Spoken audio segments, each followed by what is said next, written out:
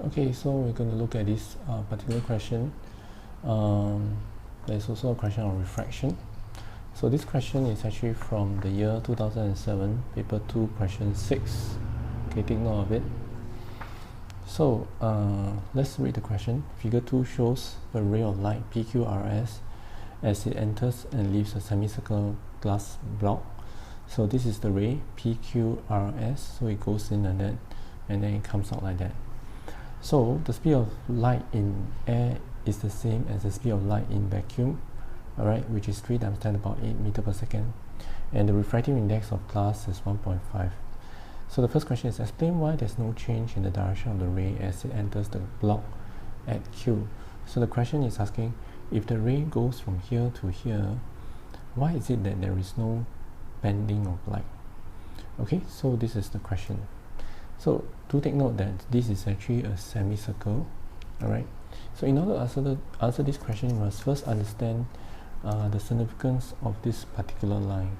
Now if you look carefully at this particular line, this line from Q to R goes from the edge of the semicircle to this point. This point is actually the center, okay, of the whole circle, alright, the center of the whole circle. So if it goes to the center, we can actually denote this as actually a radius. This is a radius, this is also a radius, and this is also a radius. They are all going to the center. Now what's the significance of a radius? Now let's look at a circle and a semicircle. Both have the same characteristics because the center is O. Even for a semicircle, it has a center of the arc, which is O. Now this is from your math.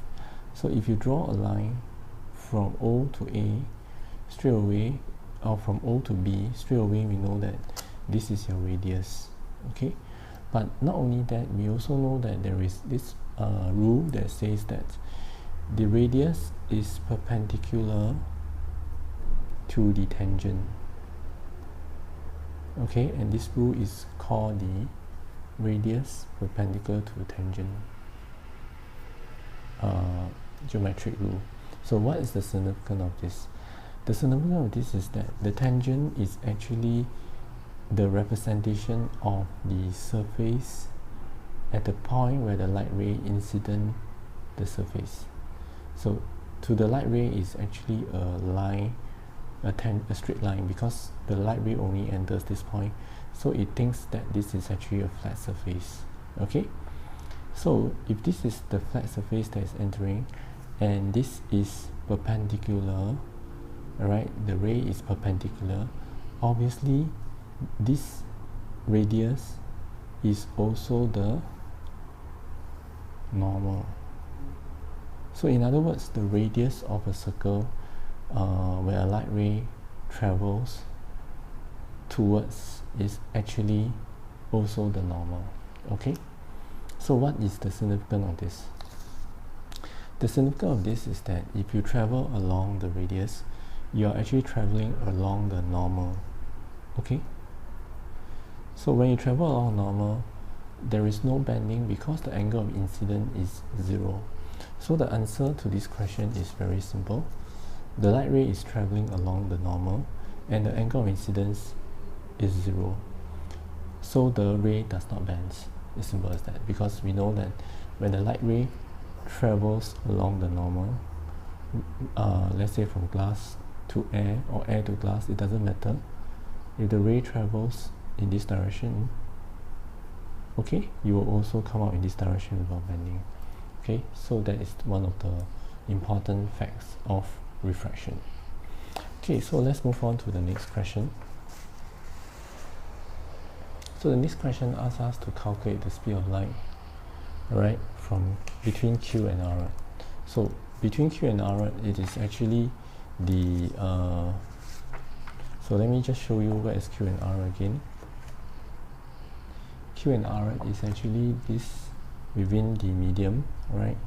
So in order to calculate this, we need to use the formula of N is equal to C over V. So refracting index of the glass is 1.5, c is the speed of light in vacuum or air, and v is the speed in the Q and R. So rearranging, we get an answer of 2.0 times 10 to the power 8 meter per second. Alright, no problem. So this question also tells you a little bit about the speed in air versus the speed in the medium. So the speed in air is always faster than the speed in the medium. So leading to the next question, the frequency of the light does not change as it leaves the block at R. Okay, state what happens to the speed and wavelength as the light leaves. So in this case, they're asking the light is going from glass to air, so it's going from glass, this is the speed in glass, to air, this is the speed in air. So actually the speed will increase. Okay, so let's look at this a bit more closely. So if you leave the block, it's going from more dense to less dense, so the speed will speed up, okay, from glass to air. So let's look at the formula that can be used to judge the speed and the wavelength. So frequency is constant.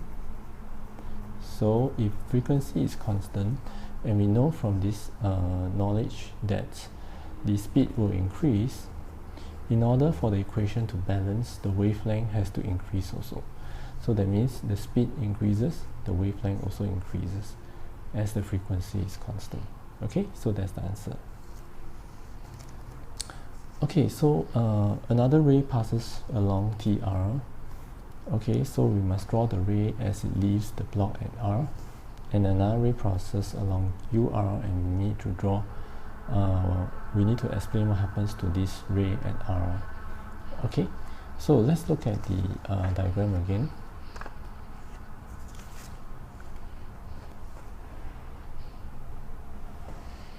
So if you look at the diagram carefully, okay, TR has a smaller angle of incidence. Let's say this is I1 and this is I2, and the last one is I3. So TR has the smallest angle of incidence, while UR has the largest angle of incidence, while PR has the angle of incidence that's in between. Alright, so let's remember that this is going from glass to air.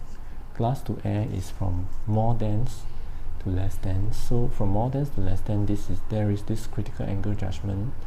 So if the angle incident is less than the critical angle, it will refract away from the normal.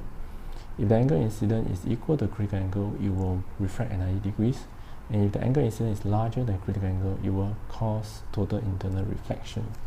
So if you look at this question, if this angle of PR causes the ray to go in this way, that means PR is actually the first condition. Okay, so that means that if my angle incident is any lesser than PR, it will behave the same way, because any angle incident lesser than PR will still refract away from the normal, will still be lesser than critical angle. Okay, so that means that for this ray, it will still refract away from the normal, but because this angle is much smaller, okay, we do not expect it to reflect as much as PR. So that means that for this ray, okay, we can expect that the ray to come out this way.